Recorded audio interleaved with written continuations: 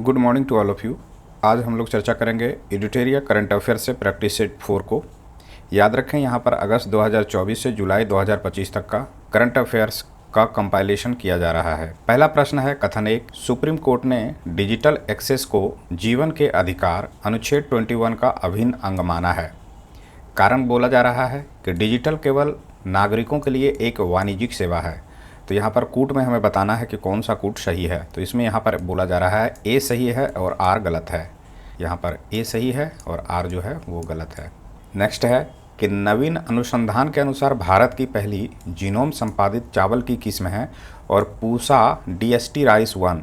तो 2 का उत्तर option C है, DRR धान 100 कमला। यहाँ पर जो ब्लैंक स्पेस है वहाँ पर आएगा DRR धान 100 कमला, है ना। नवीन अनुसंधान के अनुसार भारत की पहली जीनोम संपादित चावल की किस्म है DRR धान 100 कमला और पूसा DST राइस 1।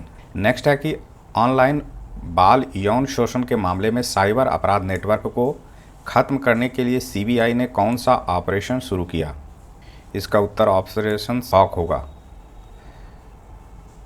प्रश्न है 2027 में फीफा महिला विश्व कप की मेज़बानी कौन सा देश करेगा। 4 का उत्तर डी है, ब्राज़ील करेगा 2027 में फीफा महिला विश्व कप की मेज़बानी। प्रश्न है भारतीय विदेश व्यापार संस्थान ने अपना पहला विदेशी परिसर निम्नलिखित में कहाँ स्थापित करने की घोषणा की है। 5 का उत्तर ऑप्शन ए है, दुबई में। प्रश्न है कालेश्वरम लिफ्ट सिंचाई परियोजना किस नदी पर स्थित है।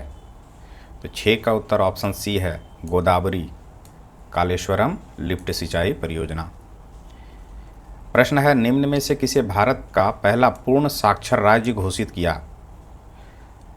इसका उत्तर ऑप्शन बी है, मिजोरम। ये मिजोरम क्या है, तो पहला पूर्ण साक्षर राज्य है, याद रखना है। सेकंड पूर्ण साक्षर राज्य का नाम आपको कमेंट बॉक्स में लिखना है। प्रश्न है टेक इट डाउन एक्ट किस देश ने पास किया है।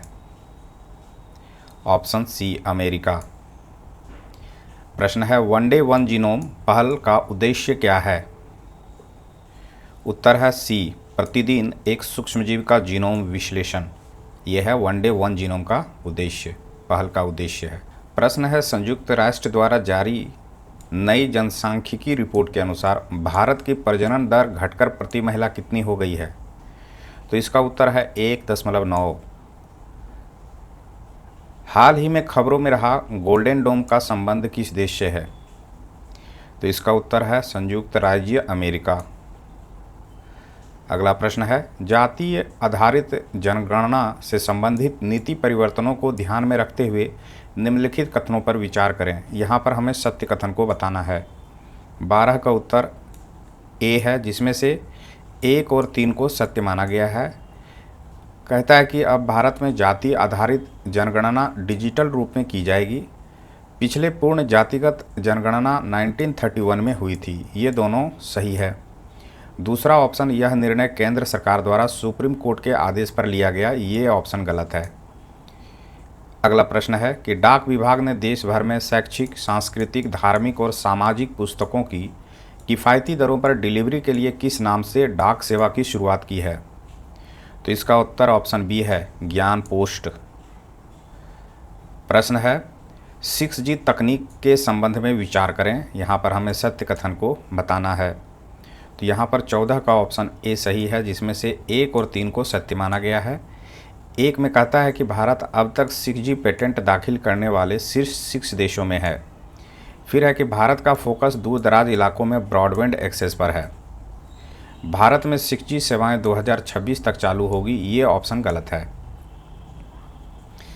अगला प्रश्न है कि मई 2025 में किस संगठन ने विश्व पशु स्वास्थ्य रिपोर्ट की पहली स्थिति जारी की। इसका उत्तर ऑप्शन डी है, विश्व पशु स्वास्थ्य संगठन WOAH। अगला प्रश्न है कि CBI का ऑपरेशन चक्र 5 निम्नलिखित में से किससे संबंधित है। तो इसका उत्तर है साइबर धोखाधड़ी से निपटने हेतु। अगला प्रश्न है कि AI फॉर नेचर कार्यक्रम किस संगठन से संबंधित है। तो ये उत्तर होगा FAO। याद रखें, FAO का फुल फॉर्म है food and agriculture organization. United Nation के अंतर्गत ये संस्था कार्य करती है। हिंदी में कहें तो इसका होगा खाद्य एवं कृषि संगठन। यह संयुक्त राष्ट्र की एक विशेष एजेंसी है जो कि दुनिया भर में खाद्य सुरक्षा और पोषण में सुधार के लिए काम करती है। तो ये था FAO के बारे में। अगला है कि भारत में पवन ऊर्जा उत्पादन से संबंधित निम्नलिखित कथनों पर विचार करें। हमें यहाँ पर बताना है कि कौन से कथन सही है। तो 18 का उत्तर है ऑप्शन सी, 1 और 2 सही है। एक में है कि वैश्विक स्तर पर पवन ऊर्जा उत्पादन में भारत का चौथा स्थान है, ये सही है। दूसरा है कि भारत ने 31 मार्च 2025 तक 50 गीगावाट की संचयी संस्थापित पवन ऊर्जा क्षमता हासिल कर ली है, ये भी सही है। तीसरा है कि भारत में शीर्ष पवन ऊर्जा उत्पादक राज्य कर्नाटक है, ये गलत है। शीर्ष स्थान पर गुजरात है, ना कि कर्नाटक, है ना। तो अगर पूछ दे शीर्ष स्थान पर कौन सा राज्य है भारत में, तो उत्तर होगा गुजरात। नेक्स्ट है कि वैश्विक अंतरिक्ष अन्वेषण सम्मेलन 2025 का आयोजन कहाँ किया गया। तो इसका उत्तर है ऑप्शन ए, नई दिल्ली में किया गया। अगला है कि भारत में टेक फॉर इक्वालिटी इंडेक्स किस उद्देश्य से शुरू किया गया। तो ये ऑप्शन बी है, डिजिटल समावेशन, टेक फॉर इक्वालिटी इंडेक्स। अगला है ऑपरेशन हॉक 2025 किस से संबंधित था। तो इसका उत्तर है ऑप्शन सी, बाल तस्करी। ऑपरेशन हॉक है बाल तस्करी से संबंधित। नेक्स्ट है कि गोल्डन ड्रैगन 2025 किसका संयुक्त अभ्यास था। तो इसका उत्तर है ऑप्शन सी, चीन एवं वियतनाम।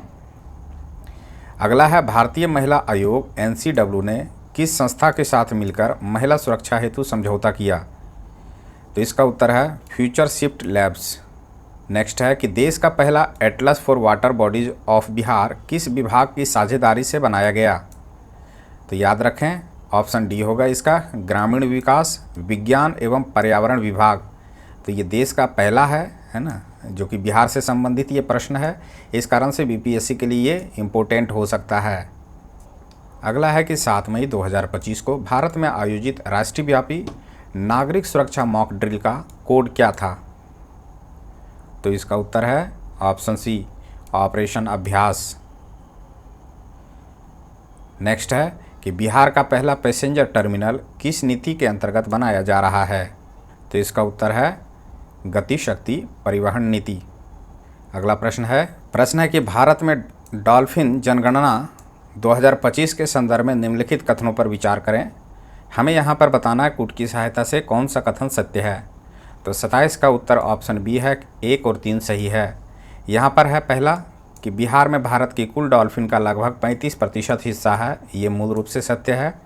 तीसरा है कि उत्तर प्रदेश में सबसे अधिक डॉल्फिन पाई गई है, उसके बाद बिहार का स्थान है, ये भी मूल रूप से सही है। दूसरा है कि इस रिपोर्ट में देश की 15 नदियों का सर्वेक्षण किया गया, ये ऑप्शन गलत है। तो याद रखें कि 3 मार्च 2025 को राष्ट्रीय वन्यजीव बोर्ड की 7वीं बैठक के दौरान PM ने देश में पहली बार नदी डॉल्फिन अनुमान रिपोर्ट जारी किया था। इस रिपोर्ट के अनुसार नदी डॉल्फिन की कुल संख्या बताई गई है 6327। याद रखें 6000 से भी अधिक है ना, 6327 है देश में कुल डॉल्फिनों की संख्या। अगला फैक्ट इसी में बताया गया है कि इस सर्वेक्षण में 8 राज्यों की 28 नदियों में डॉल्फिनों की संख्या गिनी गई है ना। यहाँ पर 15 नदियों की बात की गई थी, वो सही नहीं होगा, 28 नदियाँ का सर्वेक्षण किया गया था। चलते हैं अगले प्रश्न की ओर। प्रश्न है कि हाल ही में किस भारतीय क्रिकेटर ने टेस्ट क्रिकेट से संन्यास की घोषणा की। तो यहाँ पर ऑप्शन डी होगा, उपयुक्त में 1 से अधिक, जिसमें से विराट कोहली भी है और रोहित शर्मा भी है। इन दोनों ने टेस्ट क्रिकेट से संन्यास की घोषणा किया। अगला प्रश्न है कि बिहार में लागू की गई 4% आरक्षण नीति के संदर्भ में कथनों पर विचार करें। यहाँ पर हमें सत्य कथन को बताना है। तो 29 का उत्तर ऑप्शन ए है, जिसमें से 2 और 3 को सत्य बोला गया है कि यह नीति सभी 4 श्रेणियों के दिव्यांगों को शामिल करती है। फिर है तीसरा कि इसका लाभ राज्य और केंद्र सरकार के कार्यालयों में दिया जाएगा। तो ये 2 और 3 ऑप्शन सही था। पहला ऑप्शन गलत है कि यह नीति केवल दृष्टिबाधित दिव्यांगों पर लागू होता है, ये गलत है। अगला प्रश्न है प्रतिशत के अनुसार बिहार बच्चों के हेल्थ कार्ड योजना के अंतर्गत स्वास्थ्य कार्ड बनाने में भारत में किस स्थान पर है। तो इसका उत्तर है ऑप्शन बी, द्वितीय स्थान पर। अगला प्रश्न है IPL 2025 में वैभव सूर्यवंशी कितने गेंदों में शतक लगाकर IPL का दूसरा सबसे तेज शतक बनाने वाले खिलाड़ी बन गए। तो इसका उत्तर है ऑप्शन सी, 35 गेंदों पर। कमेंट बॉक्स में आप लिखें किस टीम के खिलाफ वैभव सूर्यवंशी ने शतक लगाया 35 गेंदों पर, वो आप बताएं कमेंट बॉक्स में। अगला प्रश्न है, नई दिल्ली में आयोजित दूसरी एशियाई योगासन खेल चैंपियनशिप में भारत ने कितने स्वर्ण पदक जीते? तो इसका उत्तर है ऑप्शन सी 83। नेक्स्ट प्रश्न है, 2026 में जापान में होने वाले एशियाई खेलों में कौन से नए खेल शामिल किए जाएंगे?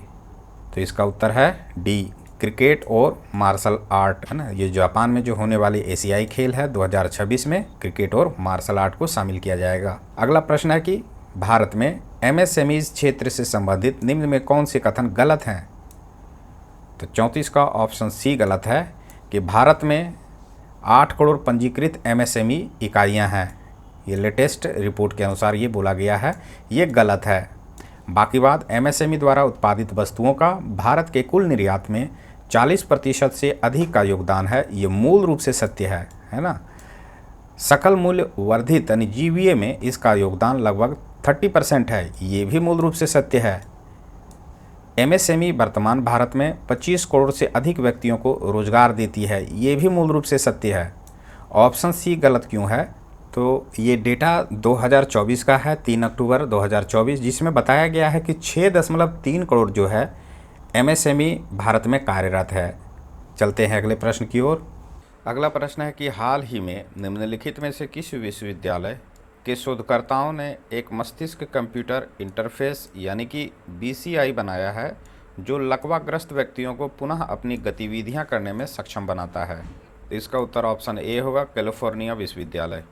अगला प्रश्न है, भारत के ध्रुवीय वैज्ञानिक अनुसंधान केंद्र से संबंधित निम्नलिखित कथनों पर विचार करें। यहाँ पे हमें सही कथन बताना है। तो 36 का ऑप्शन सी सही है, 1 और 2 दोनों कथन जो है वो सही है। यहाँ पर कथन 1 है कि आर्कटिक क्षेत्र में भारत का मुख्य अनुसंधान केंद्र हिमाद्री है जो नॉर्वे के स्वालबार्ड द्वीप समूह में स्थित है। कथन 2 है कि आर्कटिका में भारत के 2 सक्रिय अनुसंधान केंद्र मैत्री और भारती है। तो इस प्रकार से ये दोनों कथन जो है वो सही है। प्रश्न है कि विश्व सामाजिक रिपोर्ट 2025 के अनुसार विश्व में कितने प्रतिशत लोग आर्थिक असुरक्षा का सामना कर रहे हैं? तो 37 का ऑप्शन सी सही है, 60% लोग।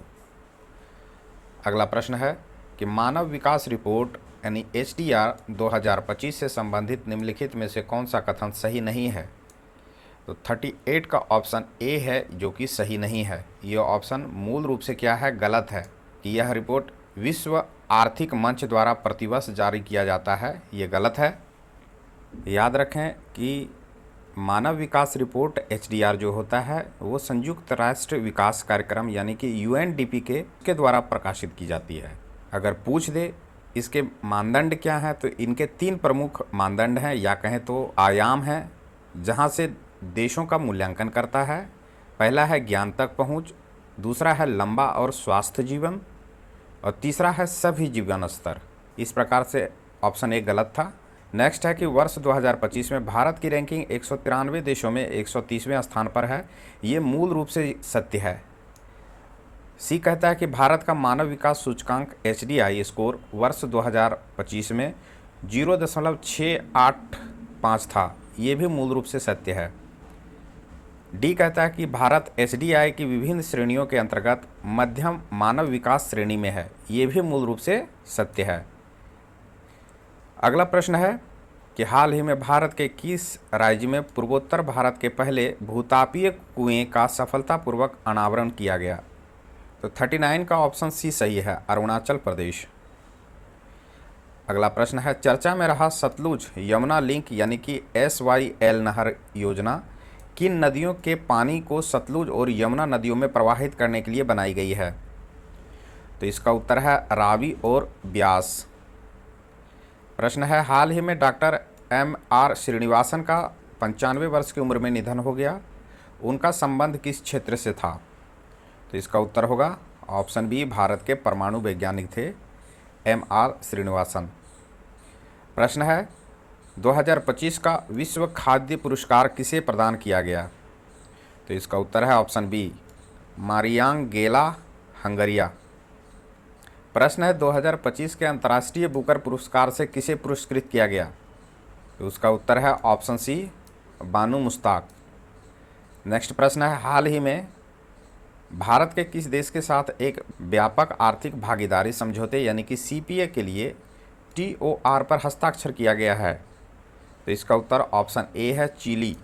अगला प्रश्न है, हाल के दशकों में प्रचलित शब्द ऑरेंज इकोनॉमी का संबंध निम्नलिखित में किस क्षेत्र से है? तो इसका उत्तर ऑप्शन ए है, आर्थिक मूल्य उत्पन्न करने के लिए व्यक्तिगत रचनात्मक कौशल विकास और बौद्धिक संपदा पर निर्भर करने वाले उद्योग। ये भी प्रश्न है इकोनॉमी के दृष्टिकोण से इम्पोर्टेंट है, इसे याद रखना है। अगला प्रश्न है, land ports authority of India ने सीमावर्ती भूमि बंदरगाहों पर बैंकिंग सुविधा को उन्नत करने के लिए किस बैंक के साथ एक समझौता ज्ञापन पर हस्ताक्षर किया है? तो इसका उत्तर है option B, State Bank of India. अगला प्रश्न है कि WHO द्वारा विश्व की पहली वैश्विक महामारी संधि कब और कहां अपनाई गई थी? तो इसका उत्तर ऑप्शन बी है, मई 2025 जिनेवा। यहाँ पर पहली वैश्विक महामारी की चर्चा कर रहा है, इस कारण से ये भी इम्पोर्टेंट प्रश्न बन सकता है। अगला प्रश्न है कि भारतीय प्रवासी समुदाय के लिए सेवाओं को आसान बनाने हेतु मई 2025 में नए OCI पोर्टल का उद्घाटन किसने किया? तो इसका उत्तर होगा अमित शाह, जो गृह मंत्री हैं। अगला प्रश्न है, भारत के समुद्री तट की लंबाई आधिकारिक तौर पर 1970 के दशक से दर्ज 7516.60 किलोमीटर से बढ़कर कितना हो गई है, जैसा कि भारत के सर्वेक्षण के आंकड़ों से पता चलता है? तो याद रखें, अब जो भारत की समुद्री तट की लंबाई है वो 11,098.81 किलोमीटर हो गई है, इसे आपको याद रखना है। अगला प्रश्न है, हाल ही में जारी डॉल्फिन अनुमान रिपोर्ट के अनुसार बिहार की नदियों में कुल डॉल्फिन की संख्या कितनी है? ये भी इम्पोर्टेंट प्रश्न है, इसे भी आपको समझना है, याद रखना है। तो ऑप्शन बी है, 2220 है बिहार की नदियों में कुल डॉल्फिनों की संख्या। तो ये था प्रैक्टिस सेट 4। अब हम लोग वन लाइनर की ओर बढ़ते हैं और उसकी चर्चा करते हैं। यहाँ पर सर्वप्रथम हम लोग जुलाई 2025 का वन लाइनर की चर्चा करते हैं। इसमें से फर्स्ट है कि शिक्षा मंत्रालय द्वारा केंद्रीय विश्वविद्यालयों के लिए राष्ट्रीय स्तर पर कुलपति सम्मेलन केवड़िया गुजरात में आयोजित किया गया। फिर है कि समुद्री सहयोग को बढ़ावा देने के लिए पत्तन, पोत, परिवहन और जलमार्ग मंत्रालय द्वारा इंडिया हाउस लंदन में भारत समुद्री निवेश सम्मेलन का आयोजन किया गया। फिर है कि ऑपरेशन मैडमैक्स के तहत नारकोटिक्स कंट्रोल ब्यूरो ने 4 महाद्वीपों 10 से अधिक देशों में सक्रिय ड्रग सिंडिकेट का भंडाफोड़ किया। तो याद रखना, ड्रग सिंडिकेट का भंडाफोड़ किस ऑपरेशन के तहत किया गया? तो होगा ऑपरेशन मैडमैक्स। नेक्स्ट है कि नीति आयोग ने उत्तर पूर्वी क्षेत्र विकास मंत्रालय और संयुक्त राष्ट्र विकास कार्यक्रम यानी कि UNDP सहयोग से वर्ष 2023-24 के लिए उत्तर पूर्वी क्षेत्र जिला SDG सूचकांक 2023-24 का दूसरा संस्करण जारी किया। इस संस्करण में क्या कहा गया है? तो मिजोरम, सिक्किम और त्रिपुरा के सभी जिलों ने फ्रंट रनर श्रेणी हासिल की है ना, याद रखना है। मिजोरम है, सिक्किम है और त्रिपुरा है। फिर है कि हनाथियाल यानी कि जो मिजोरम का है सर्वश्रेष्ठ प्रदर्शन करने वाला जिला बना है ना, सर्वश्रेष्ठ प्रदर्शन करने वाले जिला का नाम याद रखना है, जो कि मिजोरम से है, हनाथियाल। फिर है लोंगडिंग, जो कि है अरुणाचल प्रदेश का जिला, सबसे कम स्कोर करने वाला जिला रहा। नेक्स्ट है कि केंद्रीय गृह मंत्री अमित शाह ने पुणे में राष्ट्रीय रक्षा अकादमी परिसर में पेशवा बाजीराव प्रथम की प्रतिमा का अनावरण किया। कहाँ पेशवा बाजीराव प्रथम का अनावरण किया गया? तो पुणे में राष्ट्रीय रक्षा अकादमी परिसर में। नेक्स्ट है कि केंद्रीय गृह और सहकारिता मंत्री अमित शाह द्वारा गुजरात के आणंद में भारत के पहले राष्ट्रीय स्तर के सहकारी विश्वविद्यालय त्रिभुवन सरकारी विश्वविद्यालय की आधारशिला रखी गई है। इसका उद्देश्य सहकारी शिक्षा, नवाचार और रोजगार को बढ़ावा देना है। त्रिभुवन सरकारी विश्वविद्यालय का आधारशिला कहाँ रखा गया, इसे आपको याद रखना है, तो वो गुजरात के साणंद में। नेक्स्ट है कि 6 वर्षीय पंजाब के तेगवीर सिंह यूरोप की सबसे ऊंची चोटी माउंट एलब्रूस पर चढ़ने वाले सबसे कम उम्र के व्यक्ति बन गए हैं। तो यहाँ पे याद रखना है, पंजाब के रहने वाले थे तेगवीर सिंह। ये कहाँ चढ़े हैं? तो यूरोप की सबसे ऊंची चोटी जो है माउंट एलब्रूस, उस पर चढ़ाई किया है। तेगवीर सिंह की आयु कितना है? तो 6 वर्ष है। नेक्स्ट है कि 4 जुलाई 2025 को कोयला एवं खान मंत्री जी किशन रेड्डी द्वारा सामुदायिक सहभागिता और विकास ढांचे जिसका कि नाम है रिक्लेम का शुभारंभ किया गया। इसका उद्देश्य खनन निर्भर क्षेत्र में पारिस्थितिकी बहाली को बढ़ावा देना है। तो याद रखना है, रिक्लेम का शुभारंभ किया गया है, ये खनन में पारिस्थितिकी बहाली को बढ़ावा देने के लिए है। जुलाई 2025 में केंद्रीय जल शक्ति मंत्री एकीकृत बाढ़ पूर्वानुमान प्रणाली सी फ्लड का शुभारंभ किया गया। यह एक वेब आधारित प्लेटफॉर्म है जो बाढ़ के मानचित्रण एवं बाढ़ का पूर्वानुमान प्रदान करता है ना। तो सी फ्लड का कार्य क्या है, इसे आपको याद रखना है। ये वेब आधारित प्लेटफॉर्म है जो कि पूर्वानुमान करेगा बाढ़ का। अगला है कि केंद्रीय मंत्रालय द्वारा सितंबर 2025 में नई दिल्ली स्थित भारत मंडपम में पांडुलिपि विरासत पर पहला वैश्विक पांडुलिपि विरासत सम्मेलन का आयोजन किया जाएगा, है ना। तो यहाँ पर पहला वैश्विक पांडुलिपि विरासत सम्मेलन की चर्चा किया जा रहा है, वो कहाँ होगा, तो नई दिल्ली में होगा, इसे याद रखना है। नेक्स्ट है कि केंद्रीय मंत्रिमंडल द्वारा जुलाई 2025 में राष्ट्रीय खेल नीति 2025 को मंजूरी प्रदान की गई। इसका उद्देश्य खेलों के माध्यम से समग्र राष्ट्रीय विकास को बढ़ावा देना है। 1 जुलाई 2025 को केंद्रीय मंत्रिमंडल द्वारा अनुसंधान और नवाचार पारिस्थितिकी तंत्र को मजबूत करने के लिए 1 लाख करोड़ रुपए की निधि के साथ अनुसंधान विकास और नवाचार योजना को मंजूरी दी गई। याद रखना है, अनुसंधान और नवाचार को बढ़ावा देने के लिए कितने करोड़ रुपए का योजना की मंजूरी दी गई है, तो 1 लाख करोड़ रुपए होगा। अगला है कर्मचारी राज्य बीमा निगम की 196 यानी 196वीं बैठक 2025 योजना को मंजूरी दी गई। यह योजना 1 जुलाई से 31 दिसंबर 2025 तक लागू रहेगी। इसका उद्देश्य है कि संविदा अनौपचारिक एवं वंचित श्रमिकों को सामाजिक सुरक्षा और स्वास्थ्य लाभों के दायरे में लाना। नेक्स्ट है कि केंद्रीय मंत्रिमंडल ने हाल ही में रोजगार से जुड़ी प्रोत्साहन यानी कि एम्प्लॉयमेंट लिंक इंसेंटिव योजना को मंजूरी दी है। इसका बजट है 99,446 करोड़ रुपये। इसका उद्देश्य क्या है, तो 2 वर्षों में देश भर में 3.5 करोड़ से अधिक रोजगार सृजित करना, है ना। ELI के बारे में, यहाँ पर योजना के बारे में हम लोगों को जानना है।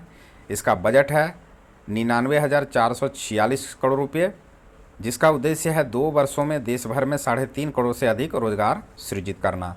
नेक्स्ट है कि हाल ही में महाराष्ट्र सरकार ने सार्वजनिक गणेश उत्सव को आधिकारिक रूप से राज्य महोत्सव घोषित किया है। सार्वजनिक गणेश उत्सव की परंपरा 1893 में लोकमान्य तिलक ने शुरू की है।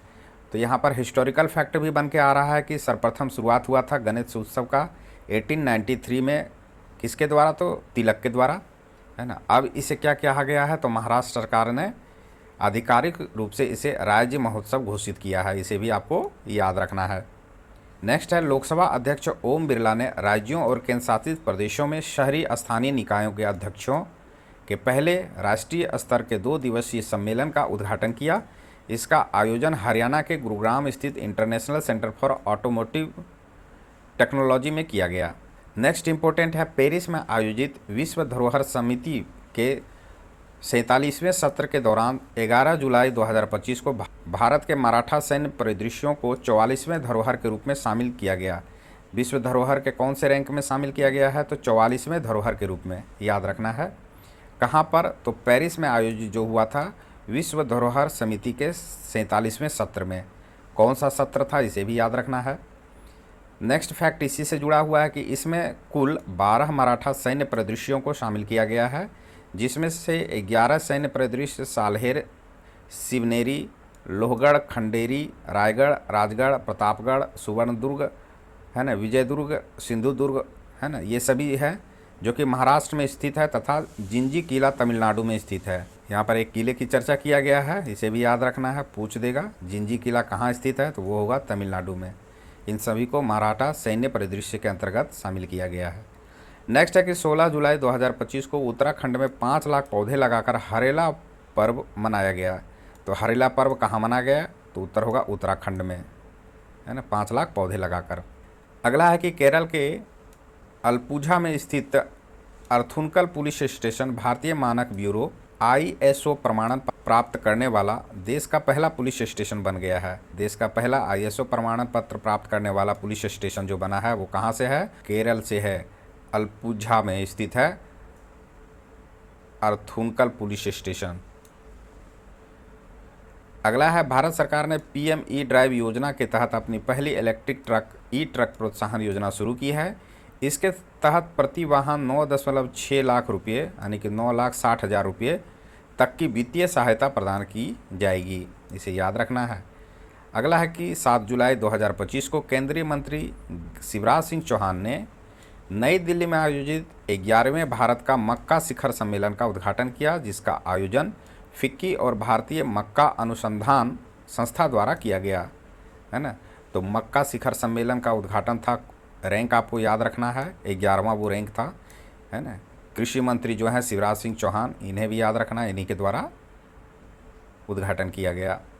अगला है हाल ही में बिहार सरकार ने सरकारी नौकरियों में विशेष रूप से बिहार की मूल निवासी महिलाओं के लिए 35% आरक्षण देने का प्रस्ताव की मंजूरी दी है ना। तो कितना परसेंट है? 35% है। ऑप्शन में दे देगा 30%, 31%, 33%, है ना, और 35%। तो आपको टिक किस पर मारना है? 35% पर। अगला है पंजाब के फजुल्का में भारत का पहला लकड़ी के द्वारा निर्मित गुरुद्वारा खोला गया, है ना। कहाँ खोला गया लकड़ी के द्वारा निर्मित प्रथम भारत का गुरुद्वारा? तो फजिल्का में, जो कि है पंजाब में। फिर है कि केंद्र शासित प्रदेश लद्दाख के लेह में भारत पहला खगोल पर्यटन महोत्सव आयोजित किया गया। इसका उद्देश्य विज्ञान आधारित पर्यटन को बढ़ावा देना है।